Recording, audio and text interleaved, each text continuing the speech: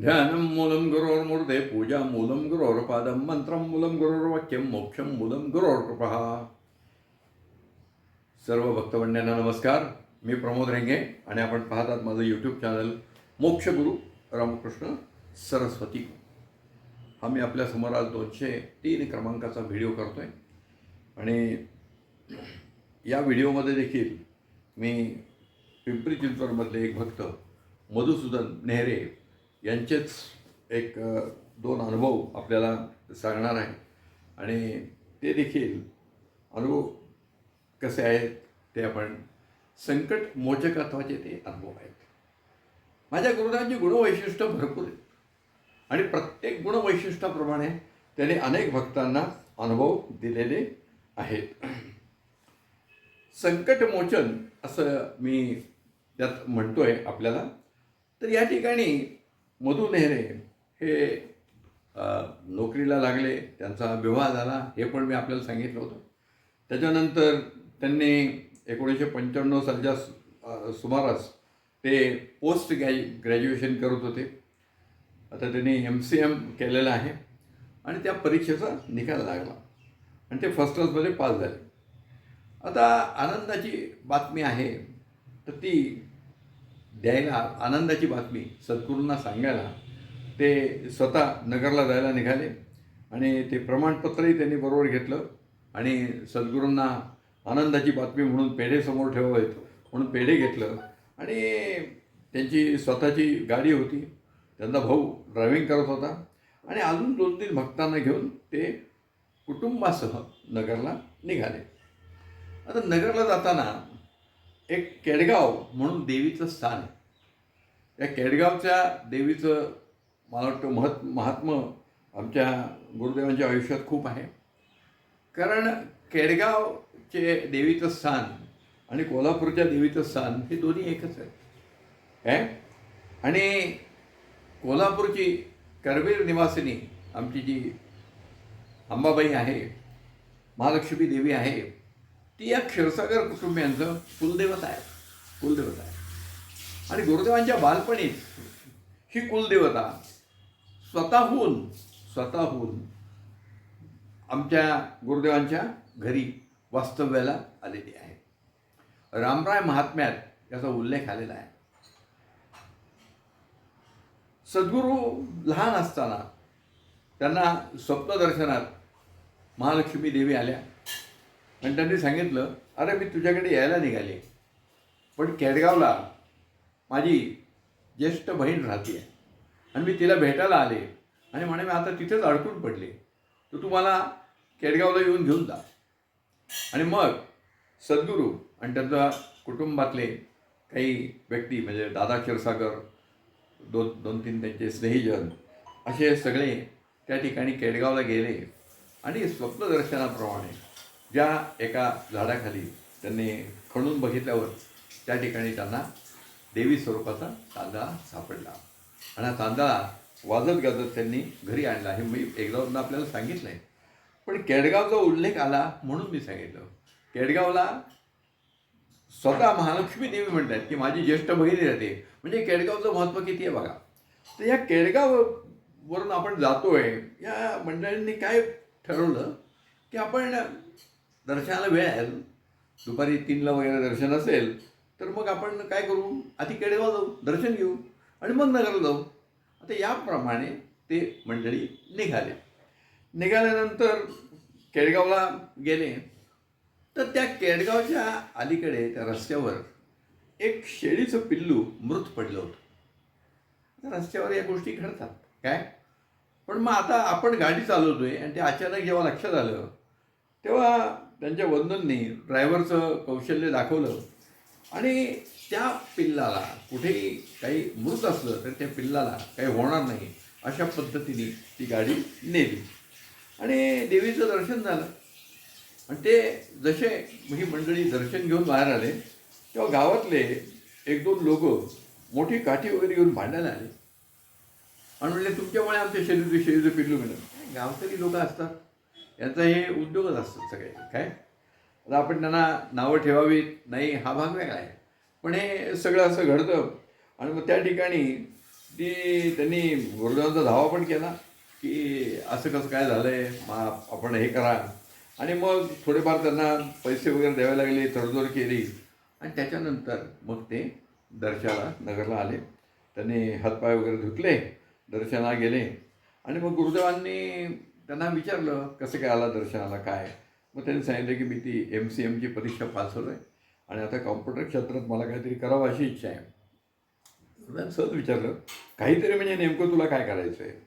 परंतु त्याचं उत्तर काही त्यांना दिलेलं नाही. आता MCMचा कोर्स म्हणजे सॉफ्टवेअर डेव्हलपमेंट वगैरे असतं, तर ते करावं का काय असा एक त्याचा विचार होता. परंतु सद्गुरूंकडनं काही फारशी त्याला अनुकूलता मिळाली नाही आणि मग त्यांनी त्यांच्या कंपनीतच काम करण्याचा निर्णय घेतला त्या ठिकाणी. आता त्या ठिकाणी ते बाहेर आल्यानंतर मला वाटतं ढमाले देखील त्या दिवशी दर्शनाला आले होते आणि ढमाले त्यांना दिसले. ढमाले बाहेर बसले होते आणि मग ढमालेंनी त्यांना विचारलं महाराज काही बोलले का, रागवले का, रागवलेले आहेत का. तर ते म्हणले नाही आमच्याशी तर छान बोलले, काही रागवले असं काही वाटत नाही. ते म्हणले अर्धा तासापूर्वी महाराज फार अस्वस्थ होते, रागावलेले होते, काळजीत दिसत होते. आणि मग मधु नेहरे यांच्या लक्षात आलं की आपण अर्ध्या तासापूर्वी केरगाव येथे होतो आणि आपल्यावर जे काही तिथे वाचावाची आली संकट सदृश्य परिस्थिती होती, तर त्या संकट परिस्थितीतून आपल्याला कोणी सोडवलं, तर आपल्या सद्गुरूंनी सोडवलं. म्हणजे आपला भक्त कुठेतरी आहे आणि तो अडकलाय कुठेतरी, त्याची काळजी या नगर देवस्थानमध्ये माझ्या गुरुमाऊलीला लागत होती. म्हणजे तुम्ही जेव्हा बऱ्याच वेळा गुरुदान सांगितले की तुम्ही भक्त मंडळी जेव्हा घरातनं मला सांगून निघता तेव्हापासनं माझं तुमच्यावर लक्ष असतं. म्हणजे काय, तुमच्याकरता मी संरक्षण कवच पुरवतो. म्हटलं हा असाच एक अनुभव मी सारंग गोखले यांचा अनुभव सांगतानाही सांगितलेला आहे की गुरुदेवांचं बारीक लक्ष असतं. म्हटलं मी सौभाग्यवती ताम्हाणे वहिनींचा अनुभव देखील हे सांगितलेलं आहे की तुम्ही निघालात की तुमचं काय काय हालचाली चालल्या आहेत ते त्यांना आपोआप कळत असतं. त्यामुळे या ठिकाणी मधु नेहरे चट पडले की आपण तर आता मनोमन प्रार्थना केली असलेला भाग नाही, ती गोष्टीच त्याला. पण सद्गुरूची भक्तवत्सलता किती आहे, भक्तांबद्दल काळजी किती आहे, म्हणजेच त्यांचं या ठिकाणी हे संकटमोचकत्व या ठिकाणी आपल्याला दिसून येतं.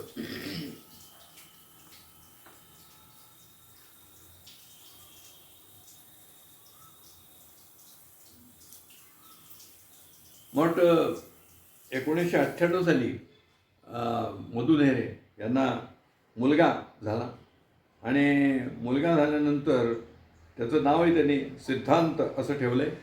आणि त्यावेळेस त्यांनी 2दा दर्शन पण घेतलं. आणि आता 2000 साली तो घरामध्ये आजीसोबत कॉटवर खेळत होता आणि खेळता खेळता तो कॉटवरनं खाली पडला. काय असतं, लहान मुलं असतात, घरात खेळतात, पडतात, सगळं हे चालू असतं, प्रत्येक घरामध्ये चालू असतं. आणि लहान मुलांना ती उमत नसते आणि हे अचानक असे काही प्रसंग घडतात की त्याच्याजवळ जी मोठी व्यक्ती असेल ती पण हतबल असते, ती काही करू शकत नाही. आणि मग त्या ठिकाणी तो पडला आणि मग त्याला झोपला. पडल्यावर खूप खूप रडला आणि झोपल्यानंतर तो लवकर उठेना आणि उठत नाही म्हटल्यावर आई म्हणजे मधुसूदन नेहरेंची आई आणि भावाने त्यांना जवळच्या हॉस्पिटल नेलं. डॉक्टरांनी सगळं पाहिलं आणि ते म्हणले इथून मोठ्या हॉस्पिटलमध्ये द्या. आणि मग पुण्याला सिमला ऑफिस चौकात एक हार्डिकर हॉस्पिटल आहे आणि त्या हॉस्पिटलमध्ये त्याला नेलं. त्या ठिकाणी डोक्याचं स्कॅन वगैरे करून त्याला ICUमध्ये दाखल करावं लागलं. आता या ठिकाणी त्यावेळी बालरोग तज्ज्ञ हे काही उपलब्ध नव्हती तिथं, ते रजेवर वगैरे होते. त्यामुळे त्यांनी मेंदूच्या निष्णांत डॉक्टरांना पाचारण केलं आणि मेंदूचे डॉक्टर आले आणि मग त्यांनी सगळं बघितलं आणि म्हणले पुढचे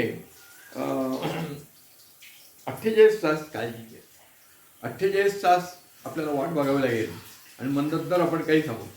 आणि असं सांगितल्यानंतर नेहरे कुटुंबियांनी आपल्या सद्गुरूंचा धावा सुरू केला आणि 3 दिवसांनी चिरंजीव सिद्धांत हा शुद्धीवर आला.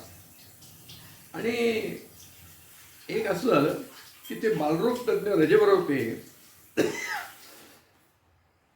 ते एका दृष्टीने फार बरं झालं.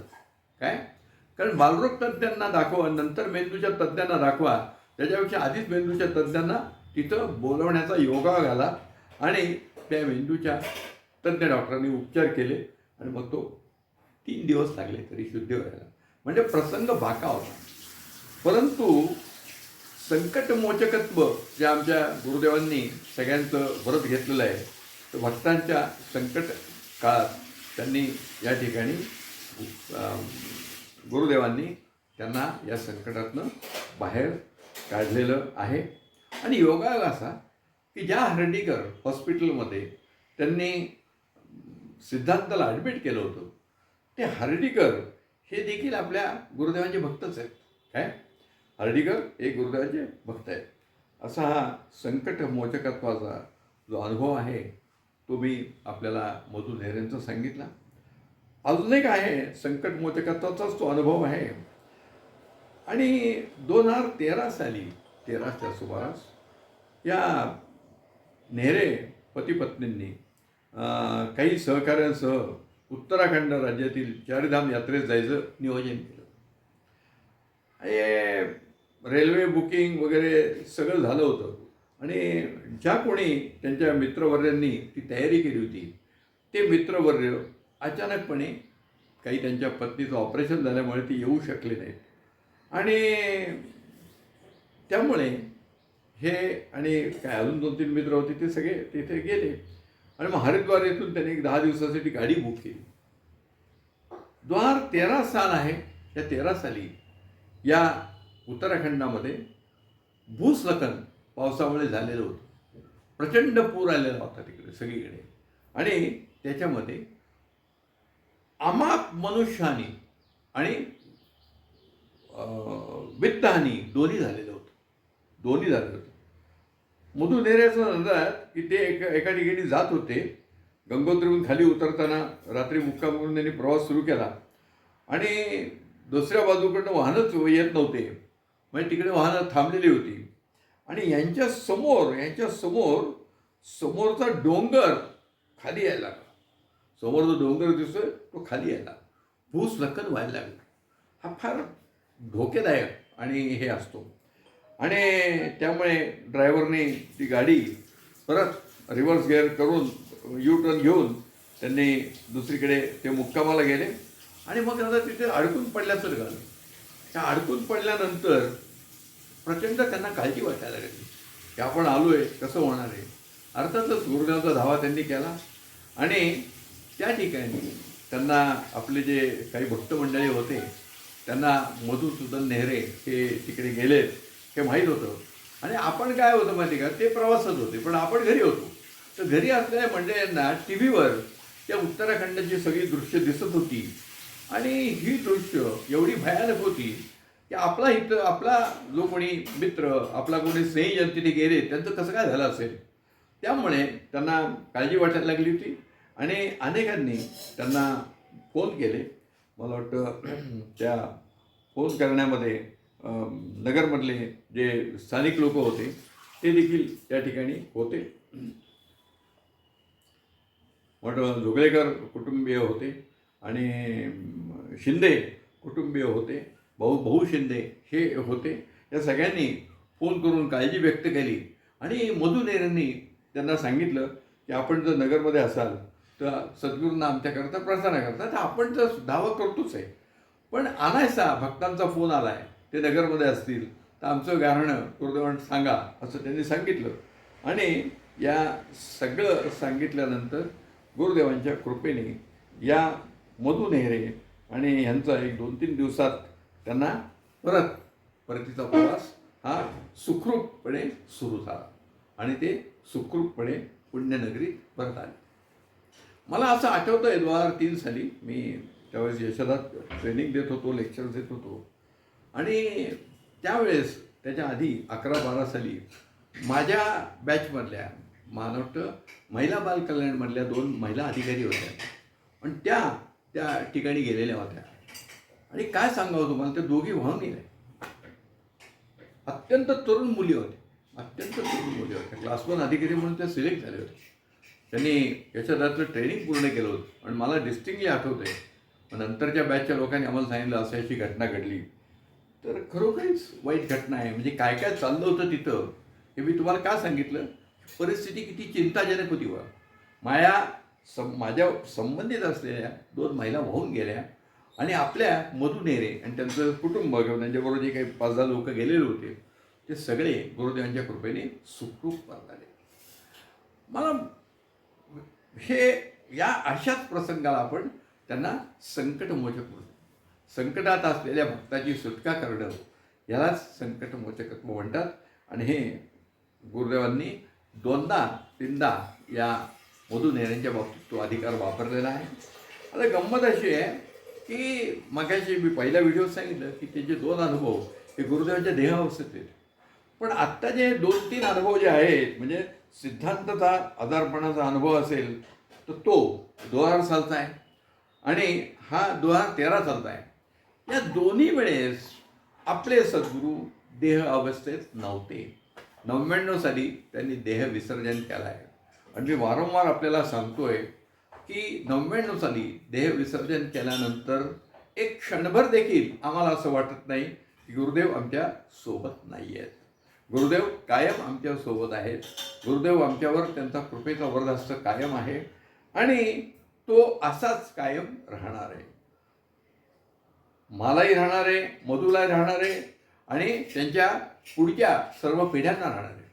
कारण माझ्या सद्गुरूंनी जे आश्वासन दिले ते सत्य संकल्प असल्यामुळे ते आश्वासन पुढच्या पिढीकरता मी इथे उभा आहे, शक्तिरूपाने उभा आहे, हे त्यांचे बोल हे कायमस्वरूपी आपल्या हृदयात कोरून ठेवायचे. म्हणून हे वैशिष्ट्याने मी सांगतोय की 2000 आणि 2013 साली जे अनुभव आलेले आहेत ते गुरुदेवांच्या देह अवस्थेनंतरचे आलेले, देह विसर्जनाच्या नंतर आलेले आहेत. म्हणजे आपल्या गुरुदेवांनी जे व्रत घेतलेलं आहे भक्तांचं कल्याण करण्याचं, ही कल्याणमूर्ती आहे. तर ती कल्याणमूर्ती जी आहे ती आजही तुमच्या सगळ्यांचं कल्याण करण्याकरता, तुमच्या सगळ्यांचं संकट निवारण करण्याकरता, तुमच्या सर्वांवर वात्सल्यवत प्रेम करण्याकरता या ठिकाणी उभी आहे. मी बऱ्याच वेळा सांगतो की सद्गुरूंचं स्थान आपल्या हृदयात असतं आणि आपल्या हृदयात ते असल्यामुळे ते आपल्यापासून कधीच लांब नसतात. म्हणून बऱ्याच वेळा जो जो विचार तुमच्या मनात येतो तो विचार त्यांना आधीच कळतो, असा हा भाग आहे. तर हे 2-3 संकटमोचकत्वाचे मी अनुभव आपल्याला सांगितले. या ठिकाणी आपण थांबूया. श्री गुरुदेव दत्त.